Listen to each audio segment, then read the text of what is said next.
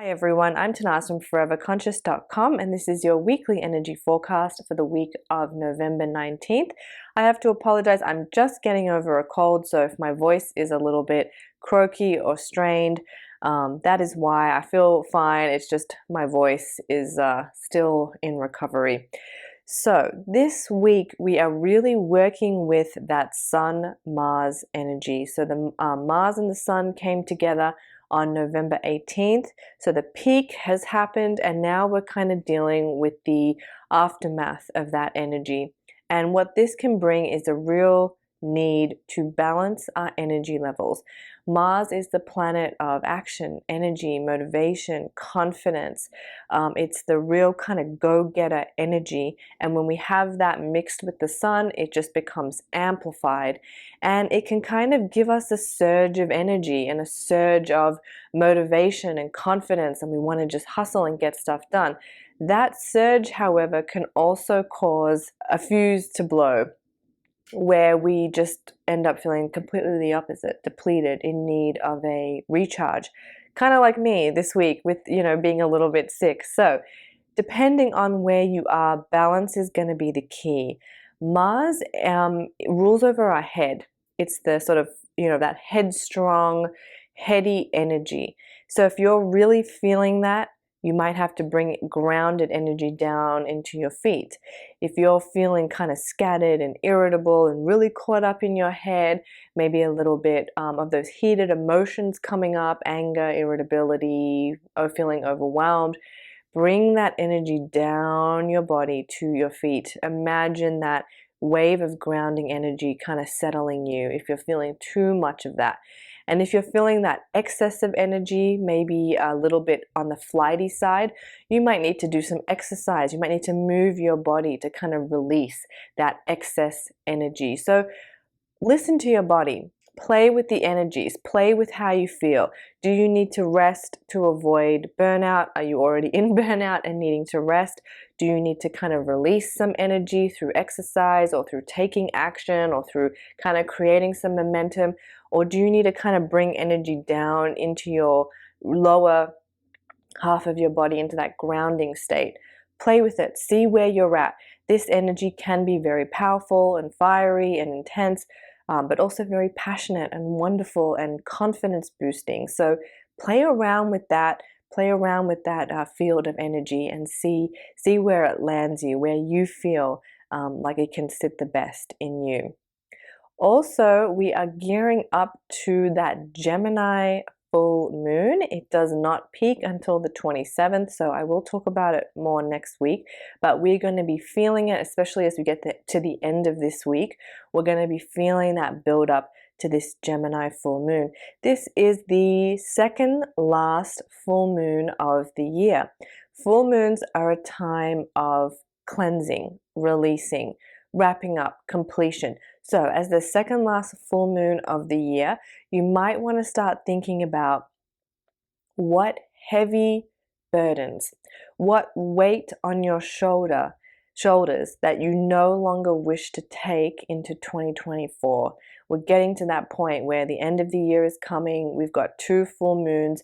We can release at any time of year, but full moons are just power times. We are getting a lot of cosmic support to release, to let go, to purge, to complete things. So what do you want to complete? What do you want to let go of? What do you want to be free of or done with? Start thinking about that and then use these 2 remaining full moons of the year and this upcoming one in Gemini to set that intention and put it out to the universe so you can walk into 2024 free of those heavy burdens that have slowed you down, made you feel stuck, made you feel stagnant. It might not all release in one go, but you can put it out there to the universe. You can set your intention and see what happens. So as we get to the end of this week, start thinking about what that might look like, what that might be. We have 2 full moons, so you still have another chance in December, but using this Gemini full moon that's coming up to release will be very, very powerful and will help to set you up for a brighter, lighter 2024. This full moon is also in social Gemini, so you might find that your social calendar's lit up.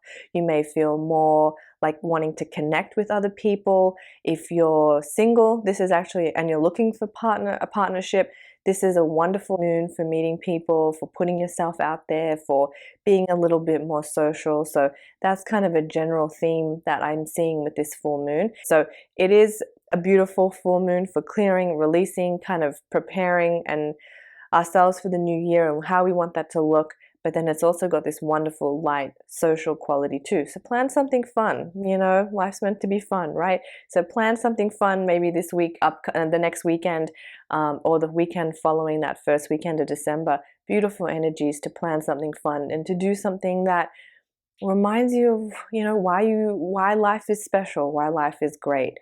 Spending time with loved ones, learning new things, experiencing new things. Oh, and also I should say on the 22nd, so I'm kind of jumping around here a bit, but I forgot to mention this, we have the start of Sagittarius season. Sagittarius is ruled by the arrow of the archer. And actually, if you look and see where that arrow is pointing, if you look to the night sky and you draw a line to where the Sagittarius arrow is pointing, it points to the star Tanaaz, which becomes very, very active in early December. So I'll talk more about that then. But Tanaaz is known as the heart of the scorpion. So it's kind of like if we think of this imagery of this arrow pointing to the heart, and you know, the arrow hitting the heart and opening, unlocking, releasing. And that's kind of the progression that we get at this time of year, moving out of Scorpio, which is that very deep, watery energy where we're digging deep, we're really trying to understand ourselves, we're shedding layers. That's the symbolism around Scorpio season. And then we move into Sagittarius season, where it's a little bit lighter. The energy is fiery instead of watery. There's a little bit more adventure, there's a little bit more spirit, and there's a little bit more of that open heart. Our heart's been open, we've been released, the arrow is hit, and we have freed ourselves from that outer shell. And all that comes out, all that pours out is wisdom, inner knowledge, our beauty, our strength, our love. And so that's what we really get to play with in Sagittarius season, is that sense of adventure and lightness. And that is also going to be encapsulated in that upcoming Gemini full moon as well. So I apologize, I was kind of a little bit all over the place there with the energies of the week. We have that Mars energy, we have the sun moving into Sagittarius, creating that energy shift from water to fire. And then we have that Gemini full moon, which peaks on the 27th, but we'll begin really feeling it by the end of this week. So I hope that was helpful. Don't forget, your moon calendars are also available. Excuse me. Moon calendars are also available on Etsy. If you would like to get one of those, I really appreciate all of your support so far. For all of you that have purchased, I really, really appreciate it. They make wonderful gifts. They come shrink wrapped. I even have gift notes this year. I just got them printed. So if you would like to leave a custom message, you can do that. I will handwrite it on this for you, and it will go into the envelope, so your recipient will get a little gift note so they know it's from you. So if you would like to do that, there's a link in the description box below. Again, I really, really appreciate all your support. So thank you so much to all of you who have purchased and will purchase. Means a lot to me. It really, really does. Okay, you all have a wonderful week. I'll be back next week with more. I'm Tanaaz from foreverconscious.com. Thank you so much.